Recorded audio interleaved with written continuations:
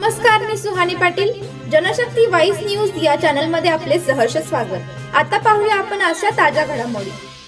हिंदू मुस्लिम ऐक्याचं प्रतीक म्हणून सुपरिचित असलेला आणि सर्व धर्म समभावनेतून संपन्न होणारा मोहरम सण मोठ्या उत्साहात सतलगा येथे साजरा. बेळगाव जिल्ह्यातील आणि चिकोडी तालुक्यातील शेकडो वर्षापासून हिंदू मुस्लिम ऐक्याचं प्रतीक म्हणून ओळखल्या जाणाऱ्या सतलगा शहरातील मोहरम सण मोठ्या उत्साहात संपन्न होत आहे. संपूर्ण शहरात हजरत ख्वाजा शमशुद्दीन दर्गा, शहरातील 3 मशिदीसह हिंदू आणि मुस्लिम बांधवांच्या कमीत कमी 100 ते 150 पीरपंजांची प्रतिष्ठापना प्रत्येक वर्षी भक्तिभावाने केली जाते.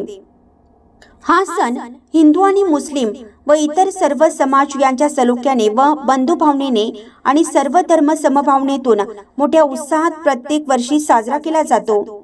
सतलगा शहराला आज मोठ्या उत्साहाचे स्वरूप प्राप्त झाला आहे. पीरपंजांना संपूर्ण गावातून ग्राम नैवेद्य देण्याचा कार्यक्रम फार मोठ्या प्रमाणात आज होत आहे.